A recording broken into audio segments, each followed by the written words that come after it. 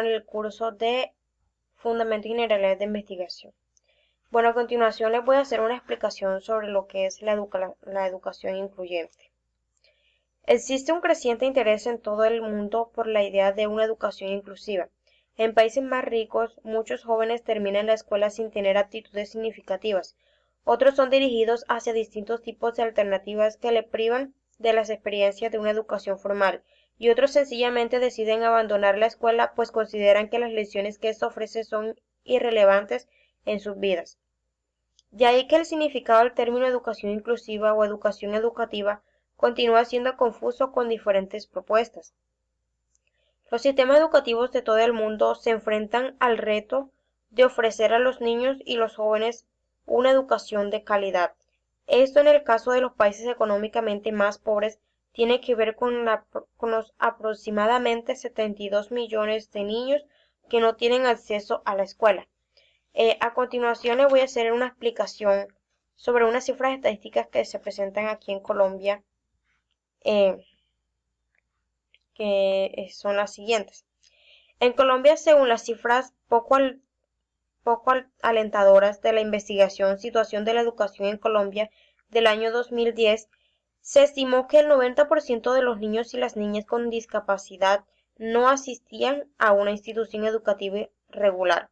De igual forma, mientras el 85% de la población general entre los 6 y 11 años accedían a la educación, solamente el 27,4% de la población con discapacidad en esta misma edad lo hacía y tan solo el 5,4% de la población alcanza el nivel de educación superior.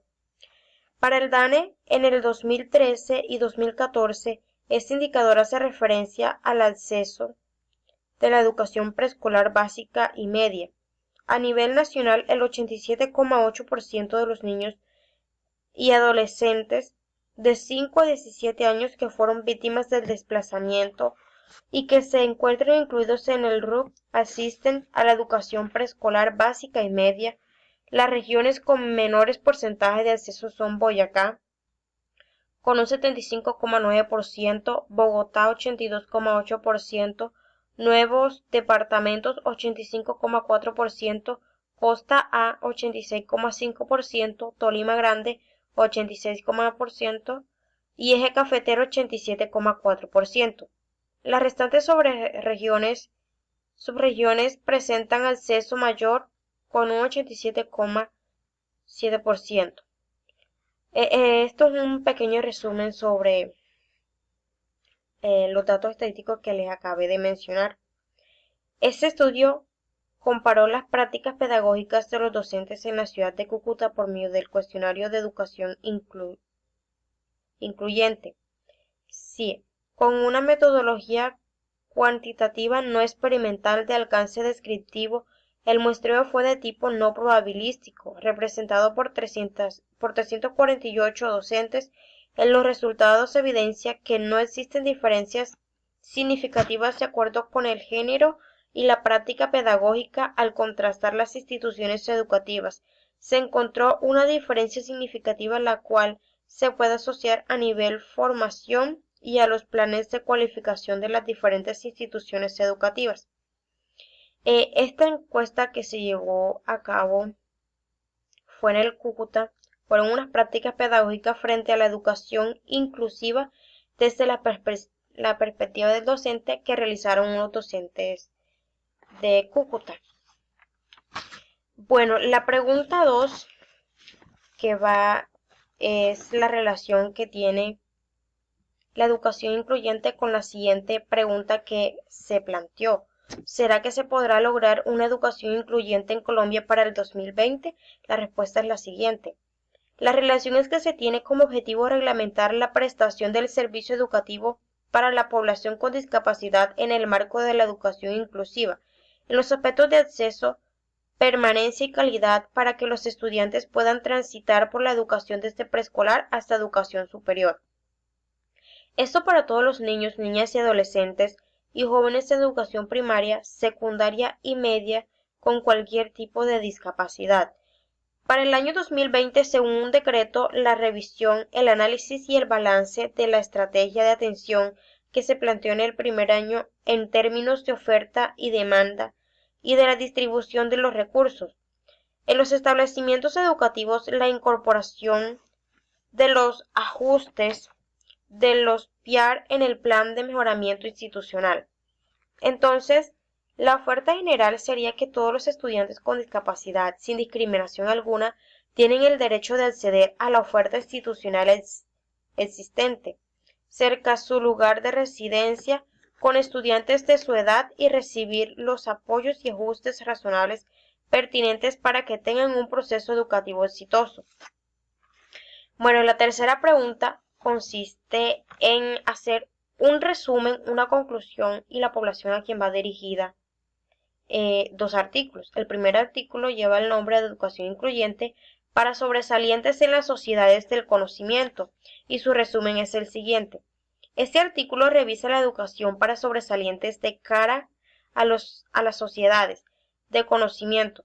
Empieza a argumentar a favor de la educación incluyente como el modelo a seguir en las sociedades del conocimiento. A continuación, evidencia rasgos de exclusión y elitismo en la educación tradicional de sobresalientes, que ilustra con el caso de México. Describe también esos problemas que junto con la exclusión exigen replantar las estrategias pedagógicas y de identificación de estos niños y jóvenes.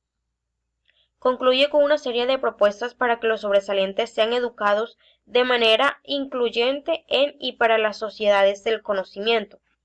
La población a quien va dirigida este artículo es en México y otros países. Y su conclusión es la siguiente. La educación para sobresalientes, como el resto de previsiones pedagógicas actuales, debe contribuir y ser parte de la educación incluyente. Esto sería lo del artículo 1.